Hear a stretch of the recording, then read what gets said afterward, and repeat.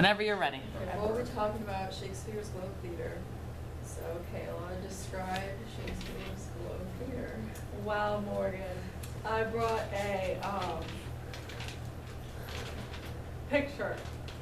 Okay, so this theater was built in 1599, and it's made of timber, and it was built in London. And it's 3 stories tall, and there's a large columns, and it's open air, so this is like all open right there. And then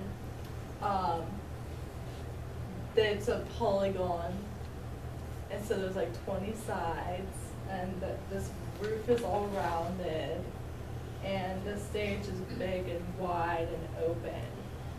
And there's multiple floor spaces for audience, and it can hold up to 3,000 people. And then there's also flags on top of the theater. And what were those flags used for? Well, they would put different colors on the theater to communicate to the people what the play would be about. So red meant that it would be a historical play, white meant that it would be a comedy, and black meant that it would be a tragedy. How much would a show at the Globe Theater cost? There was a wide range of costs depending on where you sat.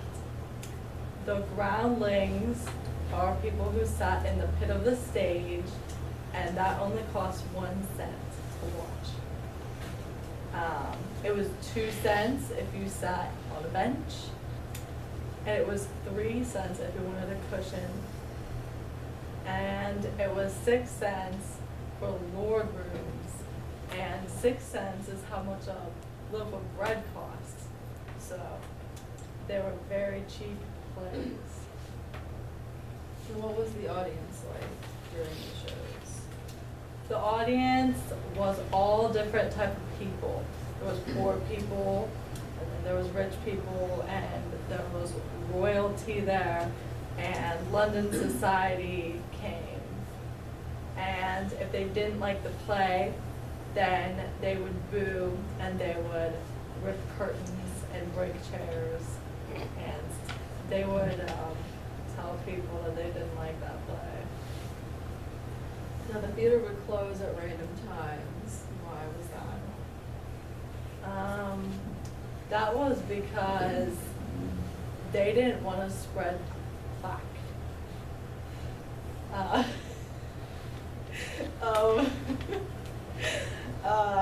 There was diseases in that era, and if you had all these people going into the same place, you could spread plaque. So they wanted to stop that from spreading. That's why it would close at random times. Plus holidays. All right. And tell us when and why the theater was rebuilt. Oh, okay. It was in 1613, a special effect went wrong, which was the shooting of a cannon, and the play burned it down. And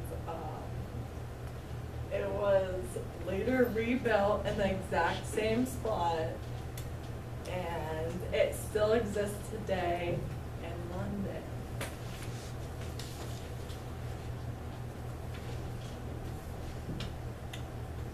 And that is about Shakespeare's Globe Theater. Okay. Couple things. It also closed due to weather. Obviously, the theater would not be open during the winter months because of the open air.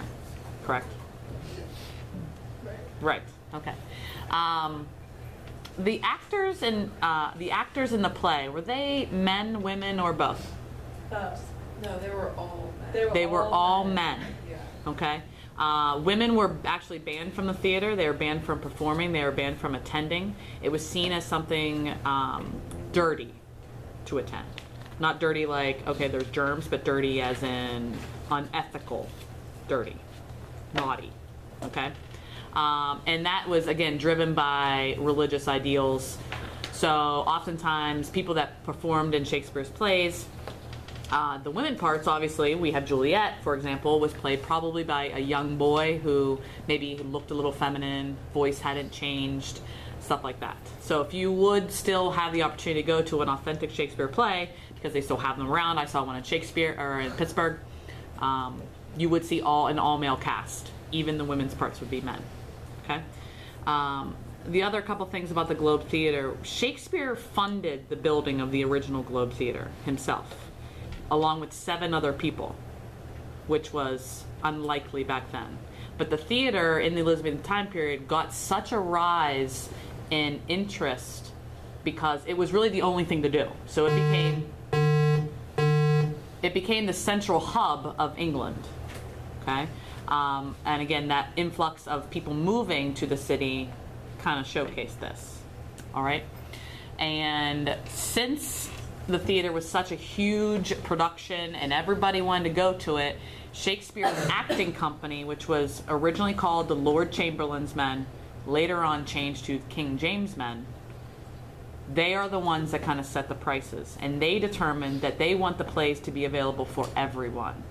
They wanted poor people as well as rich people to go to these plays, okay? Now, that brought up a problem that you already discussed about the throwing of the food, ripping of the curtains, because the groundlings that were in the pit area or standing next to the stage would often, you know, they wouldn't know any manners.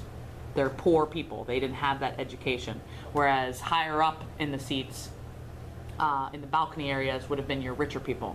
Very similar to how all arenas are set up today. If you want the most expensive seats at the Steelers game, you're going to go to the box seats, which are up higher than necessarily like right on the main floor or main action of the game. Okay, so that caused some issues. Okay, and that's why we saw again the theaters being closed. It could have been due to that. Could have been due to the plague being around. Okay.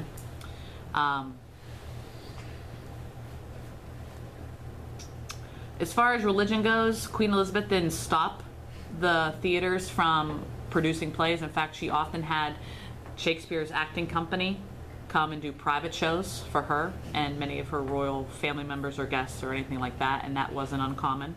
And that's kind of how theater got it started, to have a central hub, is they were doing things on the streets. Just like if you went to inner city, you see, you know, a little band over here playing in the town square. That's kind of how they got their start. There were 3 Globe theaters, not 2. 3. The first one did burn down at the historical tragedy Henry VIII due to a malfunction with a cannonball. They thought it was a very good idea to stuff paper and clothing into the cannon, light it on fire, and then make it explode, and that really didn't end up very good, okay, which caused it to burn down. The second time that the Globe Theater was actually tore down because of the Puritans, and I noticed when I went past Mrs. Scott's room, the word Puritans was up on the board. The Puritans, again, were just a group of people that were just very bound to religious beliefs, and I'm not going to go into the whole history side of things, but since they were so bound to historical beliefs, they felt that the theater was just so wrong, morally and ethically, okay? And in most of Shakespeare's plays, especially his comedies, his humor is very immorally questionable, if that's the correct way to put it, okay? There's lots of sexual innuendos, stuff like that, where, you know, these Puritans would be like, oh, I can't believe you just said that in front of a group of people. Okay, so that caused the second closing and tearing down of the second Globe Theater. It was not rebuilt until an American actually said, hey, we need to rebuild the Globe, get it functioning again, and that didn't happen until the 1950s, where they restructured the Globe. When they went to build it, they found the original foundation from the second Globe. They built it right in the same spot, and if you were to go to England today, you could go to the Globe Theater and watch an authentic Shakespeare play being shown there. Okay, so it is active, like you said. But that would have been the third theater, not the second. Okay. Okay. So good. Thank you.